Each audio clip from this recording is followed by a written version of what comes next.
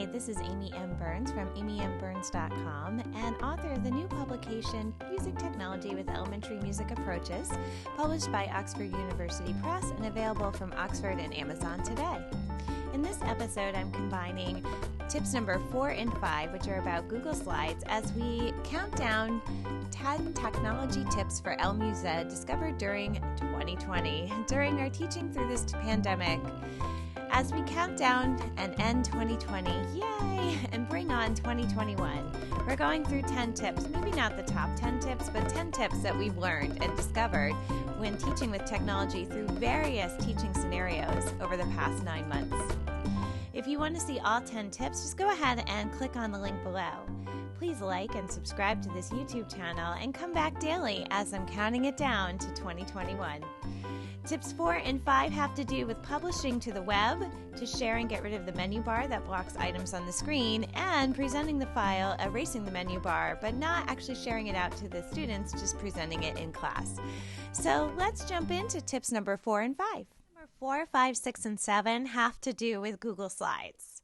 Regardless of our teaching scenario, what we are in right now, what we were in, where we're going, we had to adapt technology into our teaching atmosphere more than we probably did in the past. And a lot of us had to use Google Slides because it ended up being the go-to that our school asked us to use, or it was free, or our kids were on Chromebooks, so we knew they could access it. Whatever the reason, Google Slides became something of a necessity for many music teachers. So I'm going to address some tips you probably already know, and maybe some tips you don't know. Tip number 4, publish to the web. So if you look at this lesson I have right here, and a shout out to RCMEA's version of Sleigh Ride, it's beautiful, and I was using this with first graders right before the 12 noon dismissal before break. So we know they came from a snack. You know how they're going to be.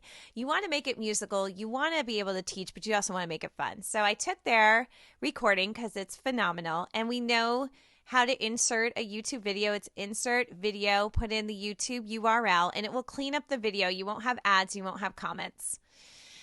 So I had that there, and I start with either questions or this day in music history. So today it started with questions. They listened to it. Then we jumped over to big shout out to Eagerly Elementary Music and their YouTube channel, because they created this great play along, and it was the easy play along. So my first graders could do this body percussion play along by sight reading. It was fabulous, and they really kept the beat well, and I love the way they created this. So it's a little ahead of the beat, but it's easy because it's slow. It's the big beat. It's really quite good, and they were very successful. So thank you, Eagerly Elementary Music. So tip number 4 is publishing to the web, because this problem is real. When we get here and let's say we share out this file, we have an issue. Even when we're trying to present it into class, we have an issue. That menu bar goes all the way over, and I could just put the video somewhere else on the screen. But if I wanted to start on the whip crack, I can't, because this gets in the way every time I'm trying to use this. So publishing to the web is wonderful, especially if you're going to share the file. If you're going to share the file with the students, publishing to the web is really the first choice you should look at. There are other choices, but this one has some features already built into it that you don't have to think about. One of them is here. If you don't restrict the access, once you publish it to the web, the sharing permissions will be set to go. 2, when you publish it to the web, it's that link you give them it's their link. They can't edit. They can't come back to anything in your drive with it. It's their link. They can't mess it up. It's meant for them. Number 3, even though you see it says it's going to auto-advance the slides, unless you do something with this, it won't. So don't worry about that. And number 4, you can embed. So it has this Iframe embed code, so you can grab that and embed it into Google Sites.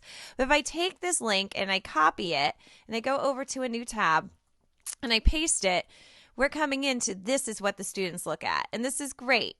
Now, they can hit this, they can go into it. You saw the menu come out, but then it automatically reverted back to here.